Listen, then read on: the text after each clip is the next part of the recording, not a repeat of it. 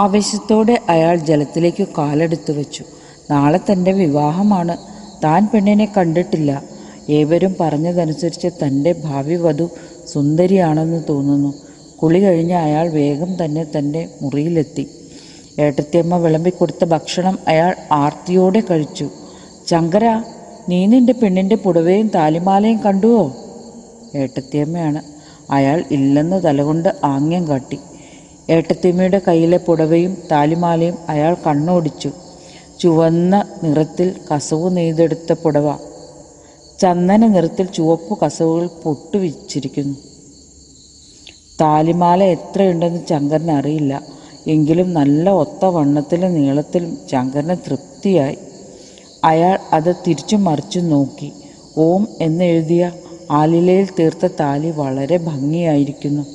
ശങ്കരൻ്റെ ചുണ്ടിൽ ഒരു മന്ദസ്മിതം മുട്ടിട്ടു. അതു കണ്ടാവാം ഏട്ടത്തിയമ്മയുടെ മുഖവും മനവും നിറഞ്ഞു. അവർ അയാളുടെ മുഖത്തും തലയിലും തലോടി. "ഇനിയെങ്കിലും നിന്റെ സങ്കടം മാറട്ടെ." ആ മുറി വിട്ടിറങ്ങുമ്പോൾ സരോജം നെടുവീർപ്പിട്ടു. തൻ്റെ ഭർത്താവ് എത്രയോ കാലമായി ഈ പാവത്തിനെ വേദനിപ്പിക്കുന്നു. ശങ്കരന് ഈ ചിങ്ങം വരുമ്പോൾ വയസ്സ് 32. താനിവിടെ വലതുകാൽ വച്ചു കയറുമ്പോൾ അവന് 15 തികഞ്ഞിട്ടില്ല. തൻ്റെ വലതുകരം പിടിച്ച് അമ്മ ഇങ്ങനെ പറഞ്ഞത് തനിക്ക് മറക്കാനാവില്ല. "എൻ്റെ മിഴി അടഞ്ഞാൽ ശങ്കരന് നീയായിരിക്കണം അമ്മ." അത് താൻ ഇതുവരെ പാലിച്ചു. തൻ്റെ ഭർത്താവിന് അവനെ നോവിക്കുന്നത് ഒരു ഹരമായിരുന്നു. പെണ്ണുകാണൽ ചടങ്ങില്ലാതെ ഒരു മംഗല്യം നടക്കുക അസാധ്യം. പക്ഷേ ഇവൻ്റെ കാര്യത്തിൽ അതും നടന്നിരിക്കുന്നു. വളരെ ഐശ്വര്യവതിയും സൗന്ദര്യവതിയുമാണ് മന്ദാകിനി. 10ാം ക്ലാസ്സും ടൈപ്പും പഠിച്ചിട്ടുണ്ട്. എങ്കിലും അവൾ ബുദ്ധിമതിയാണെന്ന് ഒറ്റ നോട്ടത്തിൽ തനിക്ക് മനസ്സിലായി.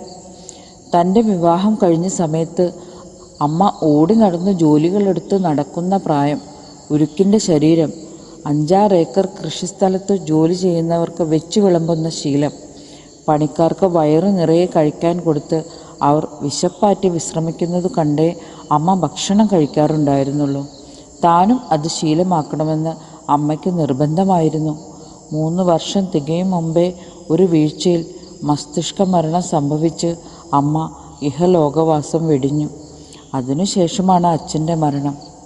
വർഷം എത്ര വേഗം കടന്നുപോയി.